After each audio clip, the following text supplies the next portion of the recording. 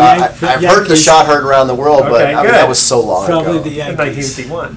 1951. Yeah, I'm sure it wasn't East. I mean, why would they give it such a dramatic name if it wasn't like a Oh, you rivalry you or must have something? heard like the that? radio replay of that. I am now. And but I'll certainly get some Like business. that from haircut? Nice. Yeah. Everybody got a haircut. I was, you know what, I was Check. trying to grow my hair for a while because I looked at the camera and I go, holy smokes, what happened to all this hair?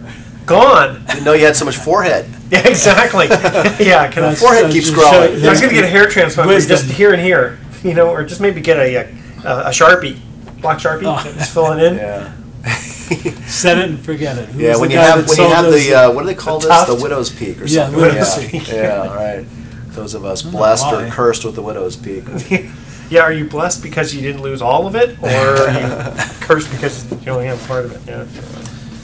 They kind of look like one of those little rooster things. Yeah, you let it grow. Yes. Okay, gentlemen. Gentlemen. Here we go. Welcome back to the Best of Investing. I'm Edward Brown, your host, along with Mark Hoff of Pacific Private Money and Robert Schiff of RPM Mortgage. Our third and final trivia question. Here we go. In the 1951 season, Bobby Thompson of the New York Giants hit the shot heard round the world, and Willie Mays was on deck. Which team was on the losing end? And if you remember, that's the one where I think it was Russ Hodges says, "The Giants won the pennant." The Giants. He says it 5 times. So, gentlemen, who was on the losing end? I'm guessing the Yankees. No.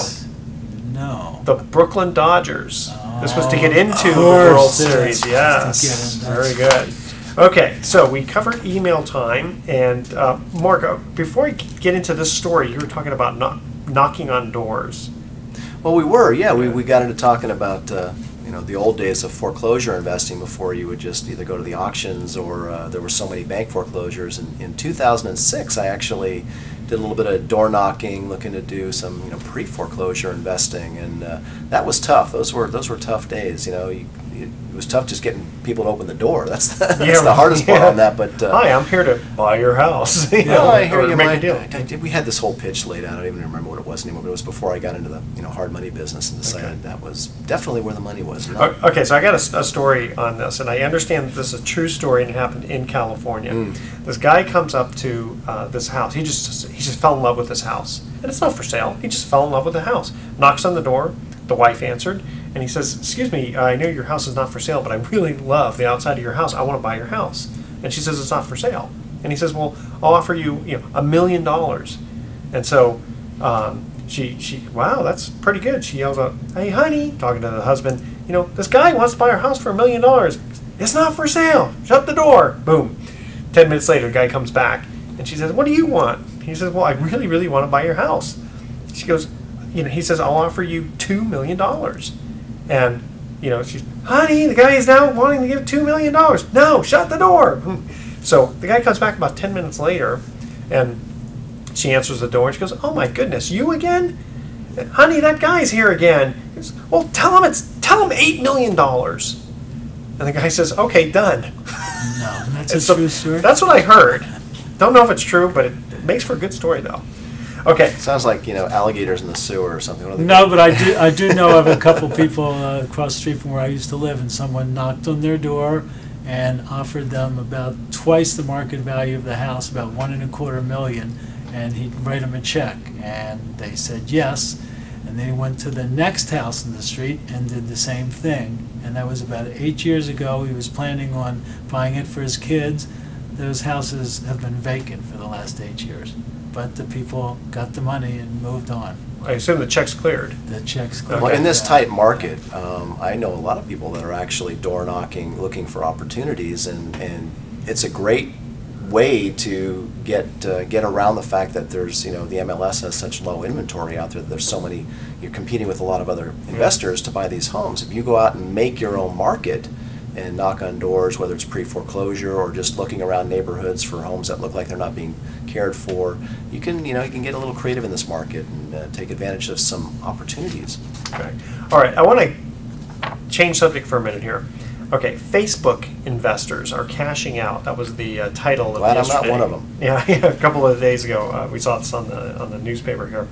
So on Thursday, Facebook closed just under $20, and over 270 million shares became eligible. Now remember, it hit at 40, close to 40, right? About Yeah. 38. 38, Open it at is 38, right? So it's Now about half its value. It's headed to about half. Okay, so now, if I understand it correctly, it's called Rule 144 stock, and the idea is you don't want a situation where it comes out at $38 and suddenly everybody, including the CEO, says, great, I'll sell, and then the doors close because there's nobody to run the company. So they put restrictions on the sales of these shares, and apparently they are now doing it in two different waves. One is the 90-day rule, where like nobody in the inside can sell.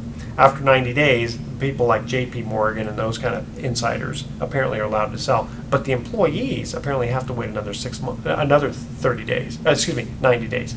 So they have to wait a total of 6 months. So can you imagine being an employee? It comes out at $38, and you're just sitting watching. You can't do anything. You can't do anything with your stock, and then it's 3 months later. And now suddenly, bam! 270 million shares comes available. The stock plummets some more, and you sit there waiting, doing nothing because you can't. And here's what happened to me personally: is I got in on the ground floor as sort of an extra spiff of some deal that we had done.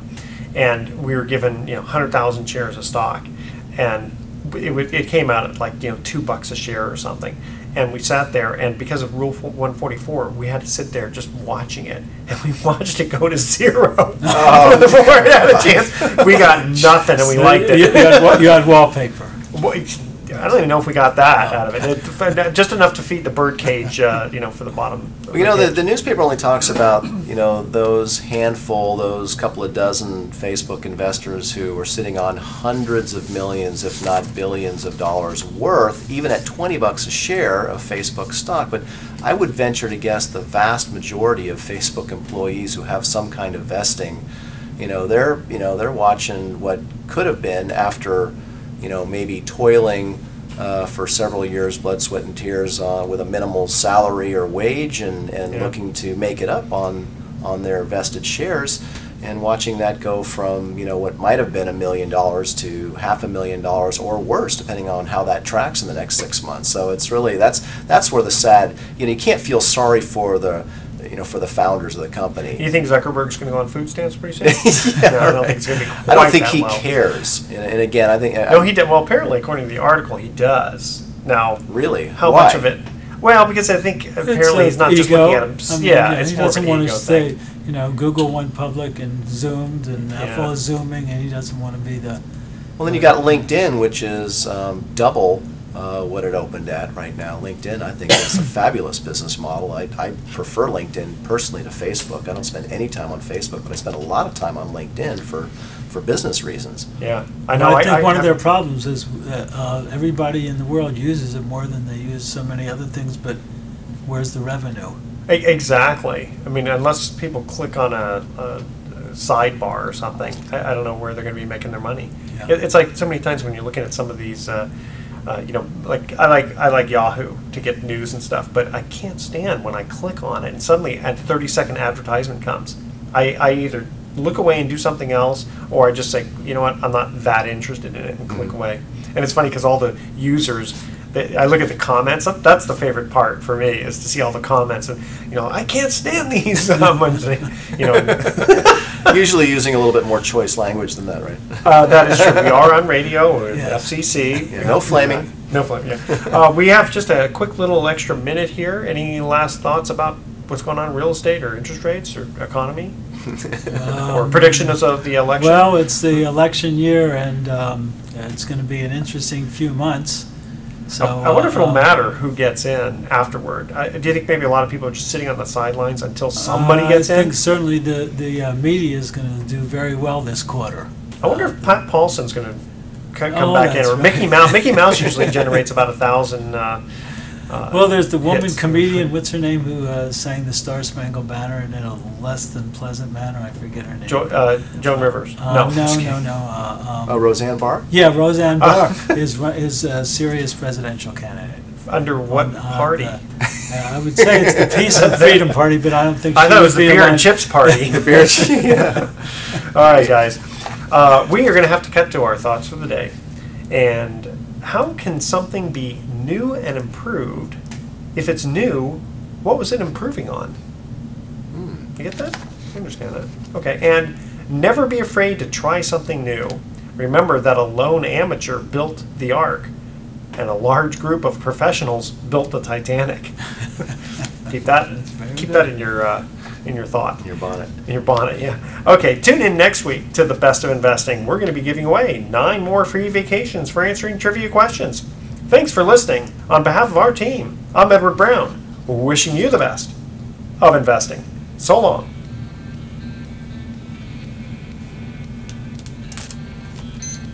Good. Indeed. All right. Well, good. Can't believe it didn't know the Brooklyn Dodgers. I Couldn't know. Guy, you don't know the Brooklyn Dodgers, Yeah. guys. Yeah. It's amazing I that thought they you guys had were the sports guys. Yankees, Yeah. the Mets, the Giants, and the Wow. Dodgers all. Yeah. You want the to get? fly. You want me to get? this You get the one? fly. Correct. Yeah. Okay, you guys ready? We're getting there. Let's warm it up. Warm it up with a joke. Oh, I got a couple here at the end. Okay, here we go.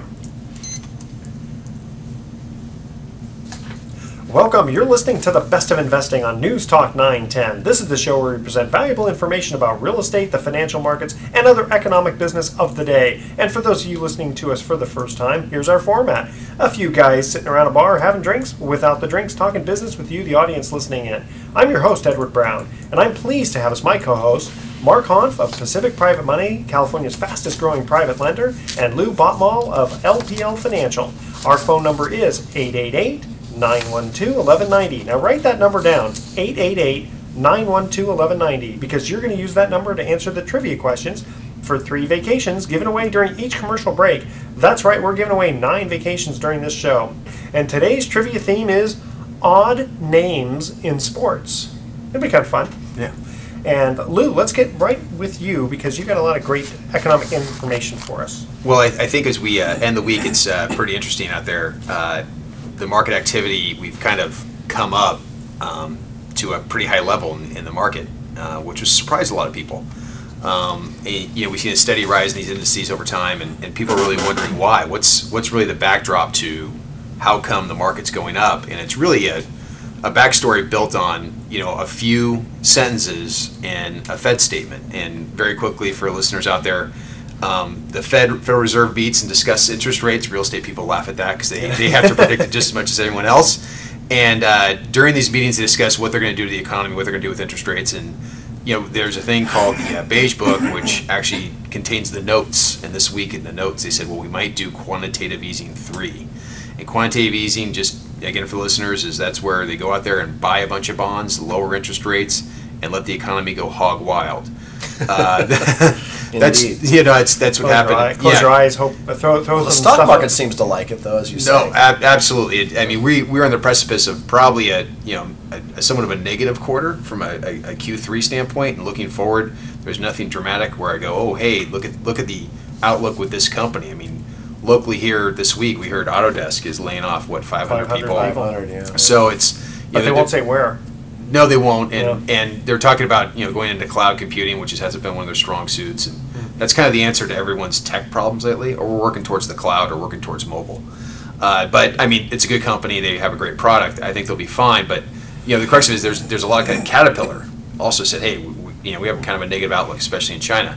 So there's not a lot of great news out there, and I think the Federal Reserve is like, hey, let's kick it into gear and get the economy over this hurdle and start lowering unemployment again. So are they going to lower the discount rate again?